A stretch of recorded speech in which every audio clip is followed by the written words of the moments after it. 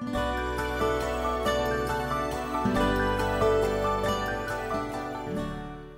everyone, it is January the 8th.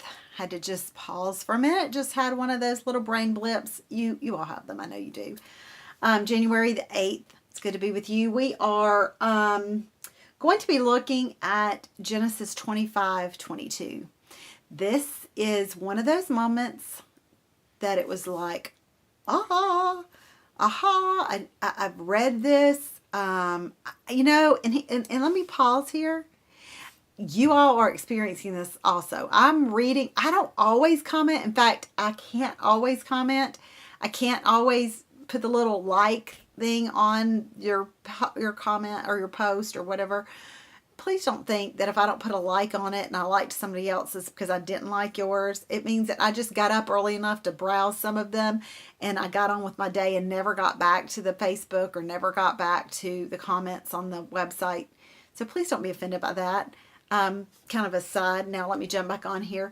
I've noticed that you are having these aha moments too, where I've never noticed this before, or how did I not see this before? And this is something that I really had not seen before, because Rebekah has a reputation, and we haven't really gotten into her story, but she has a reputation of being manipulative. And I'm going to say this, but there's a lot of women that we're going to read about that were manipulative. Sarah already has been manipulative. Eve was manipulated, and then manipulated Adam into having the fruit. Oh my goodness. That's a lesson for another day. So for me to see this aspect of Rebekah, I was really glad to see it, because I have an issue with her, the way that she handles some things and her family. But I loved this, and I've read it, but today I read it differently. So, Abraham is pleading on behalf of Rebekah to be able to get pregnant, and we don't really know exactly what the problem was, but she couldn't conceive. And so the Lord answers Isaac's prayer. Rebekah becomes pregnant with twins. The Lord, but the two children struggled with each other in the womb. Now, I'll have to tell you this.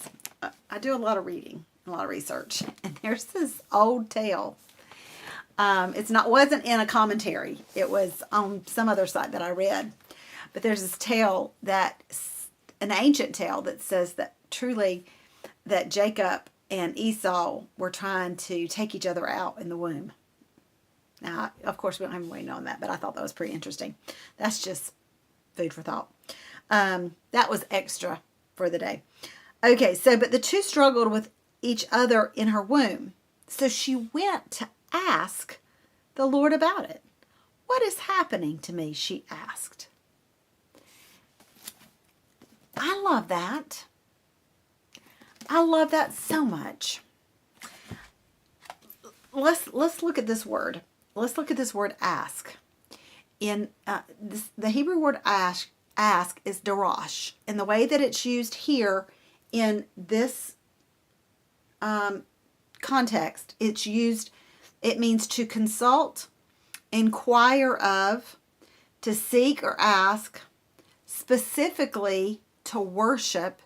Like you're going to God and you are in a mind of worship. You're worshiping Him, but you're also going to be asking Him some questions. It's almost like a little worship service is the way that I picture it. That's not the way that they describe it. That's not the definition. That's just kind of the way I picture it. Is you're having this time of worship with the Lord, and you're just inquiring of Him the things that are going on in your life.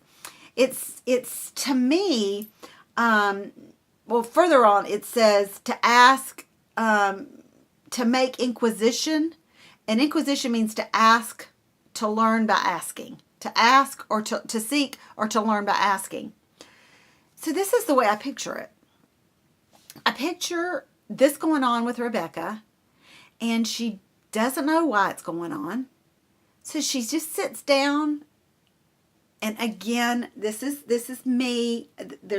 I didn't read this in a commentary. I'm just picturing her meeting with God. She obviously had a relationship with him, or she wouldn't have thought to go talk to him.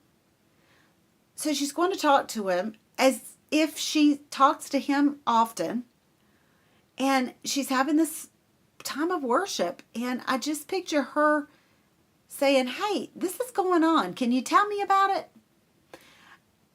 It's making inquisition. It's asking. It's learning something by asking questions.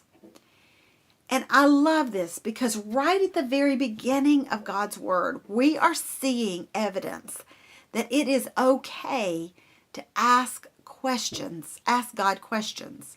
This is not questioning God. You hear the difference? Questioning God is like, what are you doing? I thought you were God. I thought you loved me. I thought we had a good, it's the attitude in which you ask the question. So we're not questioning God. We're asking God questions. It's a completely different mindset. It's a matter of heart.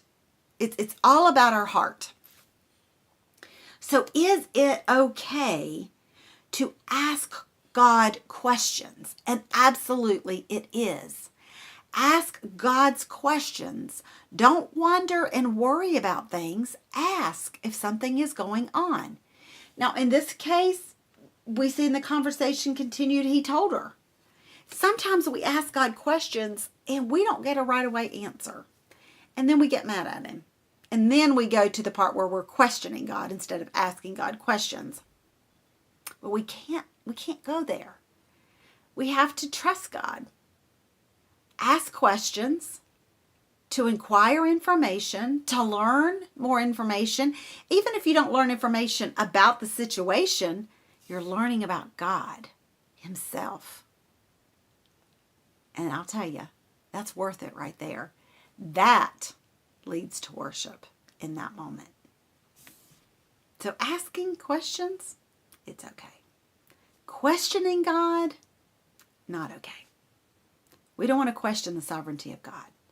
We don't want to question the faithfulness of God, the trustworthiness of God. But we do want to ask questions of God if we want to know more information about what's going on, and if we want to know more information about him, seeing him, participating in his work. God, is this something you want me to do? Let me know. Those kinds of questions. We'll see you tomorrow on Read Through the Word.